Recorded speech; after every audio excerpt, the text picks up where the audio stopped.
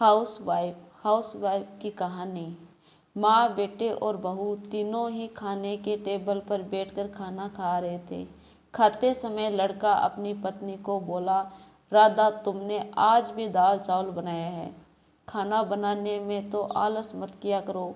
तुम बस हाउसवाइफ ही तो हो, घर पर ही तो रहती हो। तुम्हें रसोई घर में अच्छा अच्छा खाना बनाना अच्छा नहीं लगता है क्या? क्यों रोज ही एक ही तरह का खाना बनाती हो? राधा बोली, आज मैं बनाने वाली थी। मैं आज सूजी की खीर बनाने वाली थी, पर रसोई में सूजी खत्म हो गई। मैंने कल ही ऑर्डर किया था, पर अभी तक नहीं आया।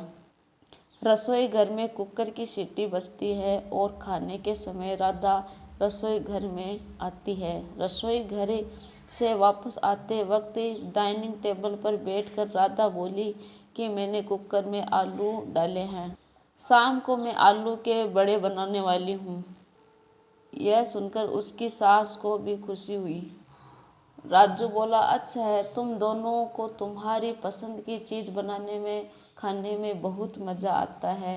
ऐसे में दरवाजे की बेल बजी। राधा वापस खाने की टेबल पर से उठी और दरवाज़ा खोला। डिलीवरी बॉय सूजी लेकर खड़ा था। पार्सल लेकर राधा वापस खाने की टेबल पर खाना खाने के लिए बैठी थी। तभी माँ बेटे से बोली कि तूने अगर दरवाज़ा खोल दिया होता तो फिर क्या होता? बेचारी ठीक से खाना भी नहीं अच्छे से खा रही है।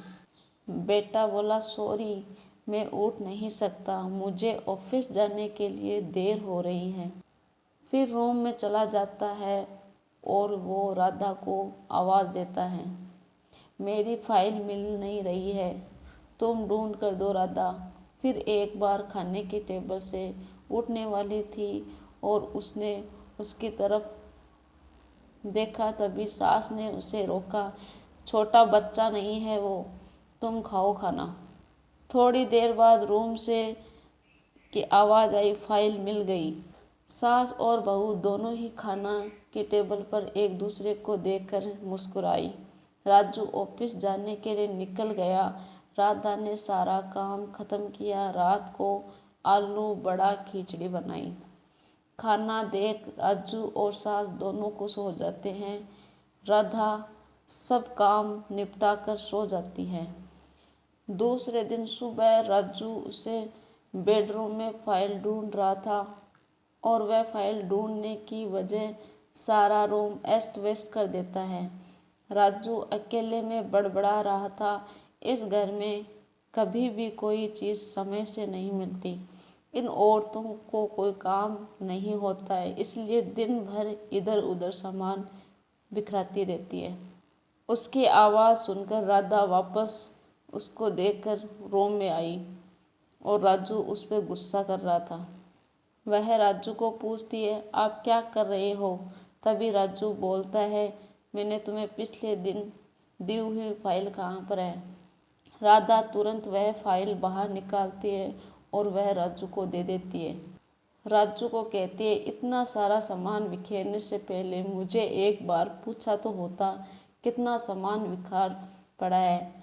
मैं क्या दिन भर यही काम करती हूँ? पति पत्नी को बोलना माँ के कानों पे पड़ रहा था, जो राजू को पता नहीं था। माँ राधा के पास आती है, तभी राधा रोने लगती है। कोई भी गलती नहीं थी बेचारी राधा की, फिर भी वो राजू उस पर चीख रहा था, चिल्ला रहा था।